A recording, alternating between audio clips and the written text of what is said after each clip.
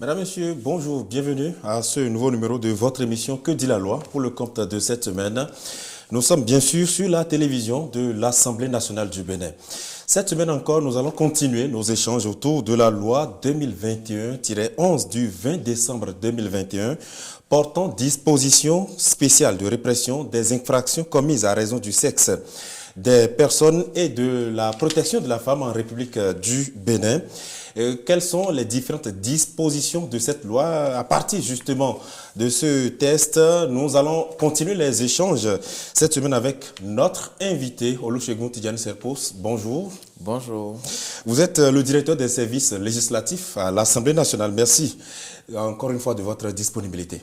C'est un plaisir renouvelé. Voilà, justement, c'est un plaisir pour moi aussi de vous accueillir sur ce plateau. Nous allons encore une fois continuer les échanges autour de cette loi. Mais déjà, pour ceux qui n'avaient pas pu suivre notre émission de la semaine dernière, on va faire un petit récapitulatif, mais vraiment de façon très brève, en revenant un peu sur les différents types d'infractions qu'on peut qualifier d'infractions commises à raison du sexe des personnes. Merci. La loi numéro 2021-11, votée le 20 octobre 2021 et promulguée le 20 décembre 2021, porte dispositions spéciales de répression des infractions commises à raison du sexe des personnes et de protection de la femme en République du Bénin. Et l'article 1er plante le décor puisque cet article dispose, je le cite intégralement, constitue une infraction à raison du sexe des personnes, toute infraction pour la commission de laquelle le sexe de la victime est la considération préalable. Sont des infractions à raison du sexe des personnes le harcèlement sexuel, les agressions sexuelles, le viol, le mariage précoce, le mariage forcé, les mutilations génitales féminines. Les violences domestiques et les violences dans le milieu familial sur la femme ou la fille, telles que prévues aux articles 3 et 30 de la loi numéro 2011-26 du 9 janvier 2012 portant prévention et répression des violences faites aux femmes sont également des infractions à raison du sexe des personnes. Cela permet de savoir d'une manière très spécifique ce que le législateur a voulu entendre par infraction à raison du sexe des personnes. C'est ça. Je dois compléter en disant que 20 à 90% de ces infractions existaient déjà dans notre arsenal juridique, donc que la loi de 2021 est venue modifier d'autres lois pour renforcer certaines dispositions pénales, pour enlever certaines d'autres dispositions qui posaient problème, mais d'une manière générale, surtout les canaliser pour pouvoir attribuer compétences aux juridictions béninoises. D'accord. La semaine dernière, on a commencé à égrener le chapelet, si je peux le dire ainsi, de ce type d'infraction. On a parlé des mutilations génitales tout court, des mutilations génitales féminines. Et là, on avait commencé à parler du harcèlement sexuel. Aujourd'hui, on va continuer notamment à partir de là où on s'était arrêté. Oui. Le harcèlement sexuel, vous étiez en train de nous définir ce que c'est. Mais on va être encore pédagogique en revenant un peu sur la définition de cette infraction à partir de la loi. Pour vous citer les dispositions de la loi dans leur intégralité, oui.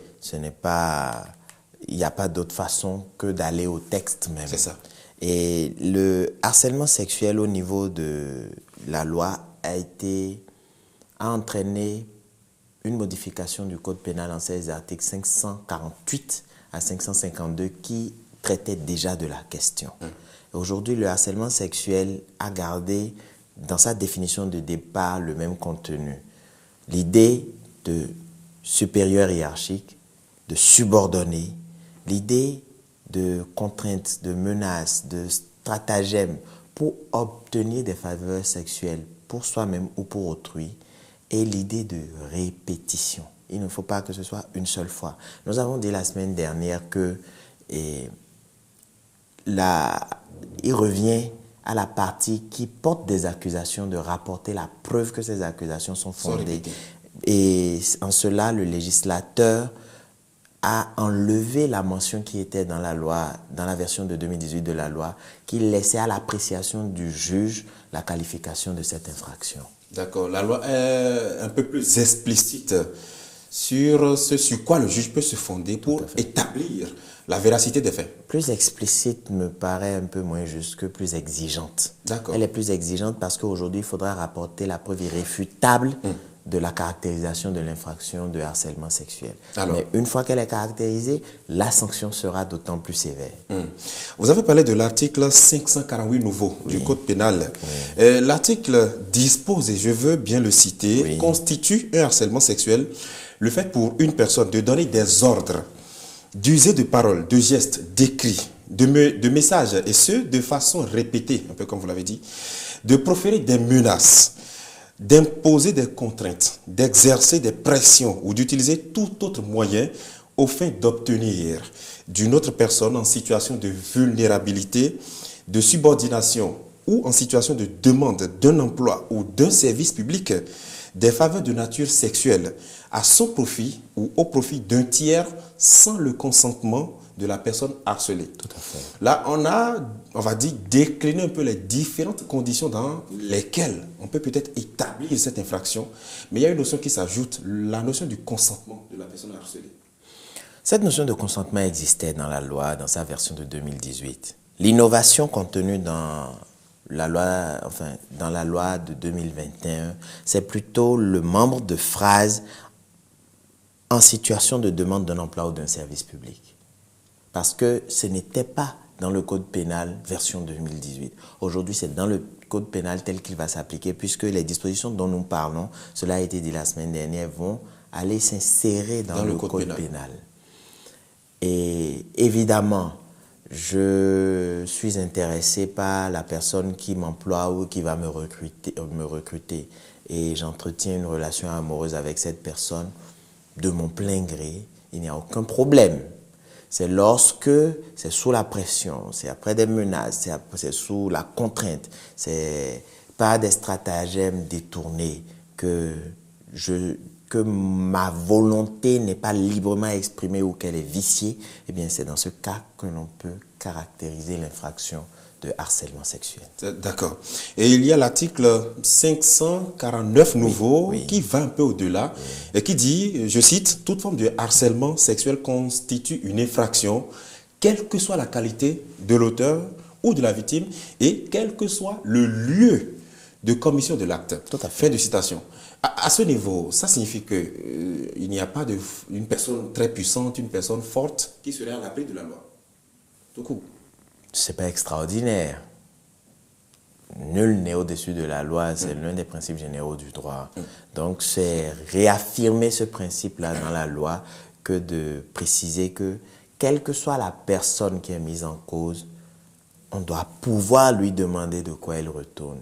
Et s'il est établi que cette personne est effectivement coupable des faits de harcèlement sexuel mis à sa charge, qu'elle en réponde devant les juridictions compétentes.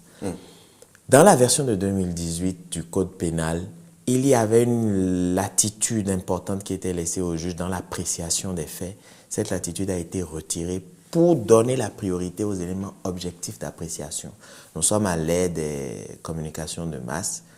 Un employeur effectif ou potentiel qui envoie des messages indus à des heures indues avec un contenu indu une fois, deux fois, trois fois, ne pourra pas dire après elle l'a inventé, puisque si ce n'est pas WhatsApp ou pas texto, on pourra remonter à l'auteur du message et à son numéro. Si on enregistre une conversation, mais si tu ne couches pas avec moi, je te vire, ce sera pareil. Je voudrais juste repréciser, nous l'avons dit la semaine dernière, que peu importe que la personne en situation de supériorité hiérarchique ou celle en situation de subordination hiérarchique soit d'un sexe ou de l'autre. Une femme peut harceler un homme comme elle peut harceler une femme, et un homme peut harceler un homme comme il peut harceler une femme.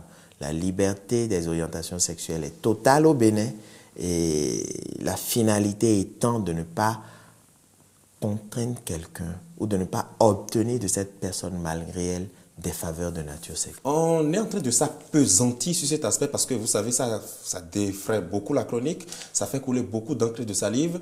La loi aussi s'est intéressée aux relations entre formateurs et formés, ou enseignants et apprenants, de quelque sexe que ce soit, vice-versa. Alors, à ce niveau, beaucoup de gens dans la masse s'interrogent. Beaucoup de gens se demandent, est-ce que la loi est en train peut-être de ligoter une catégorie d'acteurs, etc. Qu'en est-il très exactement sur ces plans-là? La loi, je vais encore faire appel à un aphorisme latin. Dura lex, sed lex. La loi est dure, mais c'est la loi. Le législateur a estimé qu'il fallait protéger les personnes en situation de vulnérabilité. Et vous lirez au niveau de la loi numéro 2021-11, article 551-1, c'est pour dire que c'est une innovation. Ce n'était pas dans le code en sa version de 2018. Il est question de protéger l'apprenant, le stagiaire, l'apprenti, l'étudiant ou l'étudiante qui subirait des assauts indus. Mais l'innovation majeure n'est même pas dans la qualité des personnes qui peuvent être poursuivies pour ces faits ou dans la qualité des personnes qui pourraient se plaindre d'avoir été victimes de ces faits. L'innovation majeure réside dans le fait que à aucun moment le consentement de la victime ne peut être retenu. Je suis enseignant, je suis maître de stage, je suis soudeur, maître soudeur, mon apprenti, mon étudiant ou mon filleul de stage, s'il est établi que j'ai exercé des pressions sur cette personne-là pour obtenir des faveurs de nature sexuelle, soit pour moi-même, soit pour un collègue ou un ami, je serai retenu dans les liens de l'infraction. Même si par ailleurs, la victime présumée je n'ai pas donne utilisé de moyens frauduleux, je partirai. La semaine dernière, une fois encore, j'ai fait état de la vision de l'exécutif sur la condition de l'homme et de la femme en République du Bénin et les motivations de cette loi ainsi que des deux autres qui portent sur la santé sexuelle et reproductive pour l'une et sur la modification du Code des personnes et de la famille pour l'autre. L'exécutif considère que vous êtes en situation d'enseignant. Vous tenez une classe de seconde. Votre étudiante a 18 ans révolus. Oui. Vous tombez amoureux d'elle. Oui. Si vous tenez cette classe, vous en parlez au responsable académique pour qu'il vous affecte à une autre classe et vous pouvez entretenir une relation amoureuse avec votre étudiante. Mais si vous en êtes l'enseignant et que vous entretenez une relation, vous êtes en infraction. Est-ce que c'est juste? Est-ce que c'est injuste? Est-ce que c'est pertinent? La question ne se pose pas en ces termes. Elle se pose en termes de quel est le contenu de la loi, quelle est la philosophie derrière cette loi et quelle est l'application qu'en feront les magistrats lorsque les situations de fait se présenteront. Et nous avons déjà eu une multitude de cas d'enseignants qui ont brisé leur carrière, qui se sont privés de liberté pour avoir entretenu des relations de nature amoureuse avec des enseignants ou des personnes qui sont immédiatement sous leur contrôle. Ça signifie que, de façon claire, même en milieu universitaire, quelles que soient les circonstances, c'est non. C'est un peu ça? Oui, 3 critères. Le premier, c'est que les actes et les faits peuvent être de quelque nature que ce soit. Le deuxième critère, c'est que le consentement de la victime est exclu dans l'analyse de la qualification des faits par les autorités judiciaires. Et enfin, la peine, elle est d'une certaine sévérité puisqu'elle va de 3 ans à 5 ans et l'amende de 1 an est de 1 million du moins à 5 millions. Et en cas de récidive, les peines sont même doublées. Donc c'est pour dire que le législateur, dans sa vision, exclut que celui qui a un ascendant immédiat sur quelqu'un d'autre dans une relation d'apprentissage, de stage, de formation, puisse entretenir une relation amoureuse avec cette personne. C'est considéré comme du harcèlement. Alors, il y a aussi le cas peut-être dans les milieux familiaux où un parent, quelle que soit la nature des liens, en s'appuyant peut-être sur sa situation de force par rapport à une mineure, peut-être, ou à, je ne sais pas, une fille ayant peut-être l'âge de 18 ans, on ne sait jamais, abuse d'elle ou la harcèle.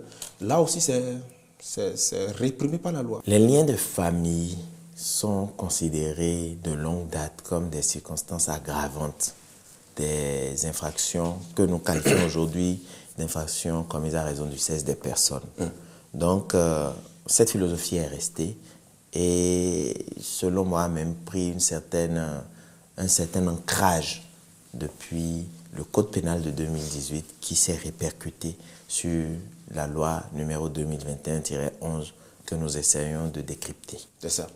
Alors, on a commencé tout à l'heure à parler des différentes peines qu'encourent peut-être les auteurs du harcèlement sexuel. Je voudrais vraiment qu'on puisse être le plus simple possible d'un cas à l'autre. Quelles sont vraiment les peines auxquelles on s'expose lorsqu'on est reconnu coupable du harcèlement sexuel, que ce soit en milieu scolaire, universitaire ou pas? Le harcèlement sexuel, c'est ce que nous avions défini au niveau de l'article 548, si je ne m'abuse. Situation de subordination de la victime, pression de l'auteur et quel que soit le contexte, nécessité de répétition des faits et preuves suffisantes pour caractériser l'infraction. La relation amoureuse entre le formateur et son apprenant, entre le tuteur et son protégé, n'est pas en réalité un harcèlement sexuel. C'est un fait assimilable au harcèlement sexuel. C'est considéré comme du harcèlement sexuel. Et à cet égard, ça va recevoir cette qualification juridique et les peines applicables sont exactement les mêmes. 3 ans à 5 ans d'emprisonnement quand il y a la privation de liberté, 1 million à 5 millions d'amende.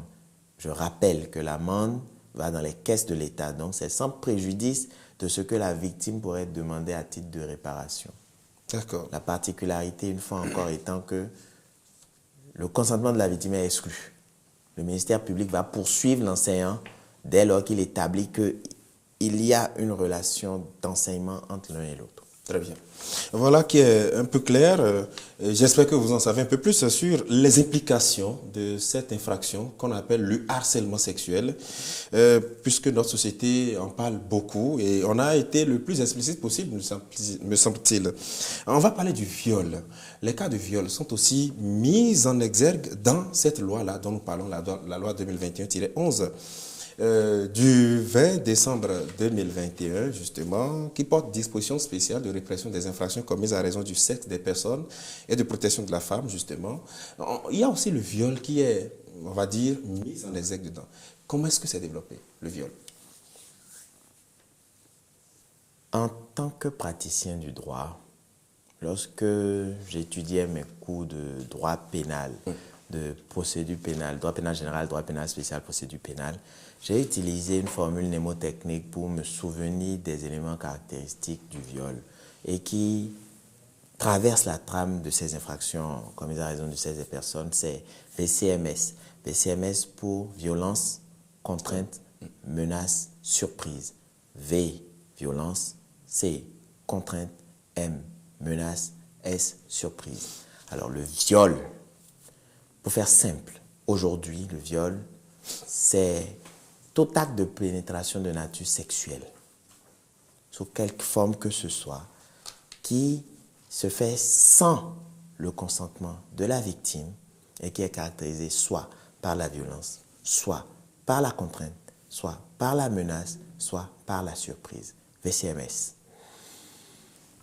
Quel que soit l'âge de la victime, quel que soit l'âge de l'auteur, quel que soit le genre, ou plutôt le sexe de la victime, et quel que soit le sexe de l'auteur. Un garçon peut être violé. Un garçon peut être violé, si on veut s'en tenir au contenu du texte de la loi. Si une femme introduit malgré lui son sexe à lui dans sa bouche à elle, il y a acte de pénétration sexuelle. Le sexe de l'homme entrant dans la bouche de la femme sans le consentement de l'homme. Viol. Cette définition présente l'avantage de pouvoir protéger les personnes vulnérables. Peut-être qu'elle va donner un peu plus de fil à retordre aux magistrats en juridiction, mais ce sont des professionnels chevronnés qui vont pouvoir faire le tri entre ce qui a été fait et ce qui n'a pas été fait. De la même façon, un partenaire, quel qu'il soit, qui prend un bout de bois ou bien un jouet sexuel et qui pénètre n'importe quelle partie, ça peut être la bouche ou les parties anales intime, ou tout ça. le vagin d'une femme, se rend déjà coupable d'une infraction qualifiée viol. Évidemment, le contexte, les circonstances qui entourent la survenance des événements vont également entrer en ligne de compte. La définition du viol n'a pas fondamentalement changé dans la loi, dans sa version de 2021, non. C'est plutôt la gradation au niveau des sanctions, parce que quand on consulte la loi de 2018, il y a comme une fusion ou un commencement d'amalgame entre les différents paliers d'aggravation. On viole quelqu'un à plusieurs, la personne survit, la peine est la même que quand la personne décède et qu'on est tout seul. Aujourd'hui, le législateur a fait le tri pour pouvoir aller par palier d'aggravation de la peine. La définition elle-même n'a pas fondamentalement changé parce qu'elle était déjà conforme et depuis 2018 à la vision du législateur dans le sens de la qualification de l'infraction de viol. Parlons justement des sanctions qui sont prévues par la loi. Lorsqu'on est coupable de viol, à quoi est-ce qu'on s'expose concrètement? L'article 553 nouveau replace le viol dans son contexte. L'article 553-1 est une fragmentation de l'ancien article 553 qui vient détailler un peu plus les peines applicables. La personne qui a commis un viol, et cela est établi devant les juridictions, s'expose à une peine de réclusion. Donc c'est un crime de 5 ans à 10 ans. C'était la peine existante. Mais il y a eu l'adjonction d'une amende de 500 000 francs à 2 millions de francs. L'amende aujourd'hui, une fois encore, vient renchérir ou renflouer les caisses de l'État sans préjudice de ce que la victime pourrait demander au titre de la réparation, au titre des dommages et intérêts. Il y a le viol domestique, parce qu'on a des relations familiales où que la personne vit sous l'autorité de l'auteur. Le viol domestique est également un crime. C'était 10 ans à 20 ans, c'est resté la même chose. Mais le législateur a également matérialisé l'avènement d'une amende qui est de 500 000 francs à 5 millions de francs. Le viol domestique, c'est quoi déjà? Le viol domestique, c'est quand il y a une relation, je vais utiliser le même mot, de domesticité entre les parties. Un époux et sa femme, un père et sa fille, 2 cousins, le fils et la dada qui s'occupe des enfants de la maison. Il faut qu'il y ait un lien, pas forcément familial, mais un lien de proximité et de vie commune avec un caractère d'ascendance de l'auteur sur la victime. Quand je dis ascendance, ce n'est pas du point de vue familial, mais du point de vue du pouvoir que l'on peut exercer. Beaucoup de Béninois se posent une question. Oui. Est-ce qu'un homme peut violer sa propre femme? Ma foi, oui. Aux yeux de la loi? Oh, ma foi, oui. On n'a jamais dit, on n'a jamais exclu cela. Le viol, c'est tout acte de pénétration sexuelle sans le consentement. Sans le consentement de la victime, caractérisé par la violence, la contrainte, la menace ou la surprise. Terminé. Peu importe la qualité de l'auteur. Que ce soit votre épouse, votre époux. Ou que ce soit si la même les membres du gouvernement, ou pire même le chef de l'État. On n'a pas évoqué la qualité de la personne mise en cause pour ces faits, ou de la personne poursuivie ou de la personne condamnée. On a qualifié les faits eux-mêmes. C'est ça. Puisque le principe, une fois encore, c'est que nul n'est au-dessus de la loi. Dès lors que vous êtes dans un tel schéma, vous êtes passible des sanctions pénales. D'accord. Et est-ce que les sanctions que la loi prévoit, est-ce que vous les avez déjà exposées de manière exhaustive? Non. Il y a d'autres circonstances aggravantes telles que la vulnérabilité, donc la subordination, la recherche d'emploi, etc. Et la peine existait, elle était de 10 ans à 20 ans, parce que cette vulnérabilité-là vient, l'âge de la victime, etc.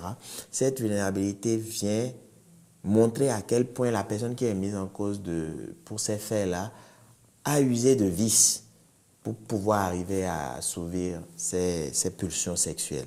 La peine encourue, c'était comme avant, 10 ans à 20 ans, mais il y a une amende maintenant de 1 million à 5 millions de francs. Les alinéas 5 et 6 de l'article 753 donnent la possibilité de prononcer les interdictions prévues à l'article 48 du Code pénal. Interdiction de s'approcher de la personne, interdiction d'exercer certaines fonctions, interdiction d'exercer l'autorité parentale lorsque c'est des liens de famille, ou de recruter une personne qui se retrouvera dans la même situation que la précédente victime. D'accord. Voilà. Merci infiniment à vous, Olusegun Tidjani Sepo, directeur des services législatifs à l'Assemblée nationale du Bénin. Oui. Merci infiniment d'avoir été sur ce plateau avec nous. Merci aussi, à bientôt. Merci infiniment à vous aussi, chers téléspectateurs, vous qui nous avez suivis de bout en bout.